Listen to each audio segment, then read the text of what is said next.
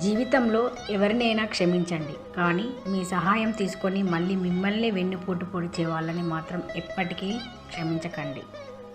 ఈ రోజుల్లో అన్నీ ఆన్లైన్లో దొరుకుతున్నాయి. వస్తువులు, ప్రేమలు, స్నేహాలు, బంధాలు, వాటితో పాటు మోసాలు కూడా.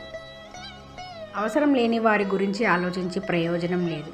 వాళ్ళు బంధువులైనా, స్నేహితులైనా, ఎవరైనా సరే. మన విలువ తెలియని వాళ్ళ కోసం ఏం మాట్లాడినా, వాళ్ళకి ఏం చేసినా మన విలువ తెలియదు. నా అనుకుంటే అది బాధ్యత అవుతుంది, నాకెందుకు అనుకుంటే అది బరువు అవుతుంది. ఆయుధం లేకుండా చంపేది నాలుక, బతికి ఉన్న శిలను చేసేది మోసం, తెలివైన వాడిని పిచ్చివాడిగా చేసేది ద్రోహం. వీటితో చాలా జాగ్రత్త సుమా. ఓటమి లేనిదే అనుభవం రాదు, అనుభవం రానిదే జీవితం విలువ తెలియదు. ఒకరు బాగుపడితే చూడలేనివాడు తాను బాగుపడ్డా సుఖపడలేడు. ఎవడో ఎగతాళి చేశాడని నీ జీవితం అంతటితో ఆగిపోకూడదు. ఎగతాళి చేసిన వాడు ఏడ్చే విధంగా ఉండాలి నీ విజయం. ఎప్పుడు ఆగిపోతుందో తెలియని జీవితంలో మనం చేయగలిగినది ఇప్పుడు సంతోషంగా ఉండడం మాత్రమే. కుక్కలకు తెలుసు మన వాళ్ళు ఎవరు, బయట వాళ్ళు ఎవరు అన్నది, కానీ మనుషులకే తెలియదు మన వాళ్ళు ఎవరు, బయట వాళ్ళు ఎవరు అన్నది, మోసపోయే వరకు.